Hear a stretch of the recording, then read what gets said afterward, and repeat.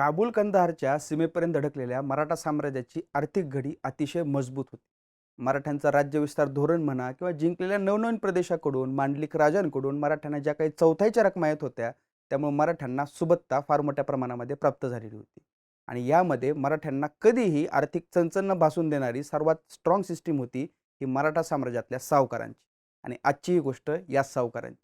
नमस्कार, माझं नाव केतन आणि तुम्ही पाहताय बोलबिल. आज सावकार म्हणलं की काहीशी संमिश्र प्रतिक्रिया या समाजामध्ये उमटते. पण 17व्या-18व्या शतकामध्ये या सावकारांच्याच मदतीने मराठ्यांनी अफगाणिस्तानपासून ते बंगालच्या उपसागरापर्यंत फार मोठा पराक्रम गाजवला होता. 40-50 हजाराचं सैन्य घेऊन भारतभर फिरणाऱ्या मराठ्यांना त्यांच्या छावणीला कधीही कोणत्याही प्रकारची कमी या सावकारांनी भासू दिली नाही. आणि याच सावकारांचे इतिहासातले एक एक किस्से अफाट आहेत. छत्रपती शिवाजी महाराजांच्या काळामध्ये या सावकारांना साहुकार या शब्दाने संबोधत असत. आज्ञापत्रामध्ये रामचंद्रपंत अमात्यांनी या सावकारांचा साहुकार या शब्दाने उल्लेख केल्याचा आपल्याला पाहायला मिळतं. आणि तत्कालीन काळात जर आपण विचार केला तर उद्योगधंद्यांना फार मोठं स्वरूप नव्हतं. जे काही उद्योगधंदे होते ते लघु उद्योगात स्वरूपातले होते. त्यामुळे त्यांना भांडवलही फारसं लागत नव्हतं. आणि मुळात त्या काळामध्ये कर्ज घेणं हे पाप समजलं जाई. लोकांच्या गरजाही मर्यादित स्वरूपाच्या होत्या. त्यामुळे कर्जाची जी काही देवाणघेवाण त्या काळामध्ये व्हायची ते एका विशिष्ट वर्गापर्यंत मर्यादित होती. ती स्थानिक पातळीपर्यंत तेवढ्या मोठ्या प्रमाणामध्ये पसरलेली नव्हती. हे आपल्या तत्कालीन कागद वाचली की आपल्या लक्षात येतं. परंतु थोरल्या शाहू छत्रपतींच्या काळामध्ये मात्र या गोष्टीला एक वेगळं वळण मिळालं. थोरल्या शाहू छत्रपतींनी 1719 साली दिल्ली स्वारी केली. शाहू छत्रपतींच्या आज्ञेने मराठ्यांचे 15 ते 20 हजाराचं सैन्य दिल्ली मुक्कामी जाऊन थांबलं. जवळजवळ 1 वर्ष मराठ्यांचं सैन्य उत्तरेत होतं. 1 वर्ष दिल्लीला राहून मराठ्यांच्या या छत्रपतींच्या आदेशावरून दिल्लीच्या गादीवरचे 4 बादशाह बदलण्यात आले. तिथं शाहू छत्रपतींनी आपल्या आईची सुटका करून घेतली, राजपरिवाराची सुटका करून घेतली, आपल्या सर्व मागण्या मान्य केल्या आणि त्यानंतरच 1 वर्षांनी आपलं सैन्य महाराष्ट्रामध्ये आलं. ज्यावेळेस हे सगळं सैन्य दिल्लीमध्ये होतं त्यावेळेस पूर्ण 1 वर्षभर सय्यद बंधूंनी या सैन्याच्या पगाराचा भार उचललेला होता. आणि दररोज प्रत्येक सैनिकाला ₹1 या हिशोबाने त्यांना दररोज 20 ते 25 हजार रुपये या मराठ्यांच्या सैन्यावर खर्च करावे लागत होते. एवढंच नाही तर या सय्यद बंधूंनी दर महिन्याला मराठ्यांना तब्बल 50,000 ते 70,000 रुपये रोख रक्कम देण्याचंही कबूल केलेलं होतं. आणि या गोष्टीचा आर्थिक फायदा एवढा मोठ्या प्रमाणात झाला की ज्यावेळेस हे सैन्य उत्तरेतून दख्खनेमध्ये आलं, साताऱ्याला येऊन पोहोचलं, त्यावेळेस शाहू छत्रपतींना या सैन्य अधिकाऱ्यांनी जवळजवळ 8 ते 10 लाख रुपये भेट स्वरूपामध्ये दिले होते. या गोष्टीवरून शाहू छत्रपतींची मोहीम कित्येक गोष्टींनी यशस्वी ठरली होती याचा आपल्याला अंदाज येतो. थोरल्या शाहू छत्रपतींच्या काळामध्येच या सर्व कर्ज देणाऱ्या सावकारांना विस्तारवादी धोरणाची जाणीव झालेली होती. पेढी व्यवसायाला एक संस्थात्मक स्वरूपाची सुद्धा एक बांधणी करून देण्यात आलेली होती. मराठ्यांच्या साम्राज्यामधले अनेक व्यापारी आणि सावकार आता प्रसिद्ध व्हायला सुरुवात झाली होती. त्यामध्ये वैद्य होते, दीक्षित होते, पटवर्धन, भिडे, वानवले, कानडे, ब्रह्मेंद्र स्वामी धावडशीकर होते, रास्ते होते, मोघे होते. या मराठी सावकारांची नावे आपल्या तत्कालीन कागदपत्रांमधून दिसून येतातच. यासोबत हरिभक्त, मोहनदास द्वारकादास, जीवनशेठ, त्रिविक्रम शेठ, वेणीराम राठोड यांसारखे अमराठी किंवा गुजराती सावकारी या महाराष्ट्रामध्ये असल्याचं कागदपत्रामधून आपल्याला वाचायला मिळतं. वैद्य घराणं तर छत्रपती शिवाजी महाराजांच्या काळापासूनच सावकारकीचा व्यवसाय करत होतं. रास्त्यांची संपत्ती ही एवढी प्रचंड होती की त्यांच्याकडून थेट पेशवे किंवा पंतप्रतिनिधी हे कर्ज घेत होते. इसवी सन 1761 पानिपतवर झालेलं तिसरं युद्ध ज्यामध्ये मराठ्यांची अख्खी एक पिढी खर्ची पडली. याच वर्षी रास्त्यांनी महाराष्ट्राला एवढा मोठा फटका बसूनही पुढील 3 वर्ष इसवी सन 1761 ते 1763-64 पर्यंत वाई शहरामध्ये 10 मंदिरं बांधली, ज्याचा खर्च हा त्या काळामध्ये 10 लाख रुपये झाला होता.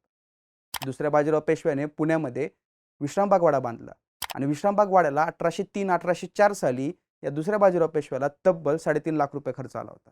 आणि त्याच्या 50 वर्ष आधी वाईमध्ये बांधलेल्या मंदिरांना 10 लाख रुपयाचा खर्च आला होता.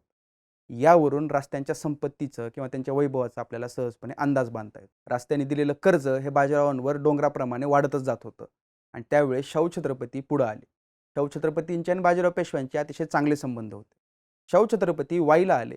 रस्त्यांच्या गोपिकाबाईसाठी त्यांनी बाजीराव पेशव्यांच्या मुलासाठी मागणी घातली आणि बाजीराव पेशव्यांचा मुलगा नानासाहेब पेशवा यांचं रस्त्यांच्या मुलीसोबत लग्न लावून देण्यात आलं. बाजीराव पेशवे आणि सरदार रास्ते हे एकमेकांचे व्याही झाले आणि बाजीरावांवर असणारा हा कर्जाचा पूर्ण डोंगर नाहीसा झाला.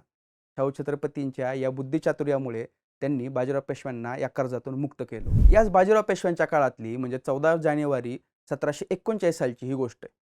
बाजीराव पेशव्यांच्या शनिवारवाड्यामध्ये मकर संक्रांतीचा सण साजरा करण्यात आलेला होता. आणि यावेळेस जी लोकं उपस्थित होती, ज्या लोकांना तिळगुळ वाटण्यात आलं होतं, या सर्व लोकांच्या नावांची एक यादी इतिहास अभ्यासकांनी प्रसिद्ध केलेली. या यादीमध्ये तब्बल 15 लोक ही त्यावेळेस सावकारकीचं काम करत होती आणि त्यांची नावं सुद्धा या यादीमध्ये समाविष्ट करण्यात आलेली आहेत. यामध्ये नाईक होते, रास्ते होते, जोशी, भिडे, कानडे होते, सरदार अनगळ होते, शास्त्री होते, कर्वे होते, दादाबाई होते आणि अशी काही नावं आपल्याला त्या यादीमध्ये वाचायला मिळतात. यातले सावकार अनगळ यांनी तर केवळ कर्जच नाही दिलं, तर मराठ्यांच्या कला आणि स्थापत्यामध्ये सुद्धा आपलं भरीव योगदान दिलं होतं. साताराजवळ असणारा संगम माहुली परिसर किंवा पाटेश्वर इथे त्यांनी म्हणजे अनगळ सावकारांनी फार मोठ्या प्रमाणामध्ये मंदिरांचं बांधकाम केलं होतं. तिथल्या बऱ्याचशा मंदिरांवर त्यांचं नावं सुद्धा आपल्याला कोरल्याचं पाहायला मिळतं. म्हणजेच काय, तर या सावकारांनी केवळ आर्थिक गोष्टीमध्येच आपलं योगदान दिलं नाही, तर कला आणि स्थापत्यामध्ये सुद्धा मराठ्यांच्या इतिहासामध्ये त्यांनी योगदान देत आपलं नाव अजरामर करून ठेवलेलं. बऱ्याच वेळेस मराठा राज्यकर्त्यांना राज्यावर झालेलं कर्ज फेडण्यासाठी दुसरं कर्ज काढावं लागायचं. पानिपतचं युद्ध झाल्यानंतर थोरल्या माधवराव पेशव्यांनी राज्यावरील कर्जाचा बोजा दूर करण्यासाठी 24 लाखांचं कर्ज घेतलं होतं आणि त्यानंतर काहीच वर्षांनी हे पूर्ण कर्ज नील करण्यासाठी त्यांनी पुन्हा एकदा 35 लाखांचं कर्ज घेतल्याचं वाचायला मिळतं. आणि ही तत्कालीन काळातली रीत आजही चालू आहे. जर एखाद्या वेळेस एखाद्या सावकाराचं आपल्याला कर्ज फेडता येत नसेल, तर तो राज्यकर्ता किंवा तो सरदार आपल्या कर्जरोख्यावर एखाद्या मुलकाचं उत्पन्न त्या सावकाराला लावून देत असते. या सावकारांकडून कर्ज घेण्याचं जे काही प्रमुख कारण होतं, त्यातलं सगळ्यात मुख्य कारण होतं लष्करी व्यवस्था. या पेढी व्यावसायिकांचे मराठ्यांच्या लष्करी अधिकाऱ्यांसोबत असणारे घनिष्ठ संबंध ही फार वैशिष्ट्यपूर्ण गोष्ट आहे.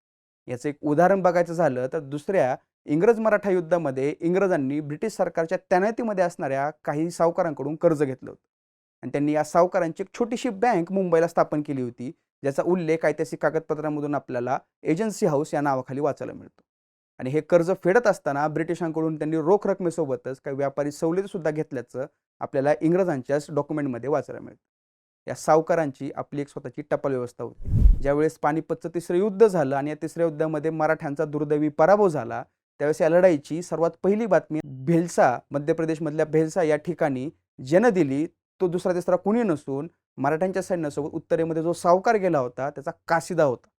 म्हणजे मराठ्यांची या सावकारांची एक स्वतंत्र टपाल व्यवस्था किती प्रॉम्प्ट होती याचाही आपल्याला अंदाज येतो. एकूणच काय आहे, तर संपूर्ण मराठा साम्राज्याच्या आर्थिक नाड्या या सावकारी व्यापारी करणाऱ्या मंडळींच्या हातामध्ये होत्या. दुसऱ्या बाजीराव पेशव्याने पैशांसाठी अनेक सावकारांवर वेगवेगळ्या प्रकारचे अत्याचार केले होते आणि पुढे सन 1818 मध्ये ज्यावेळेस मराठ्यांच्या साम्राज्याचा अस्त झाला, त्यावेळेस हे पेढी व्यवसाय बंद करण्यात आले. इंग्रजांनी हे सर्व पेढी व्यवसाय बंद पाडले आणि चलनी प्रकारची व्यवस्था त्यांनी प्रस्थापित केली आणि या गोष्टीमुळे मराठ्यांची 150 वर्षापासून चालू असलेली ही सावकारकीची वैभवशाली परंपरा नष्ट झाली. अशी ही गोष्ट मराठ्यांच्या सावकारांची. तुम्हाला ही गोष्ट कशी वाटली हे आम्हाला कमेंट करून नक्की सांगा आणि बोल व्हिडिओचे यूट्यूब चॅनल सबस्क्राईब करायला विसरू नका. धन्यवाद.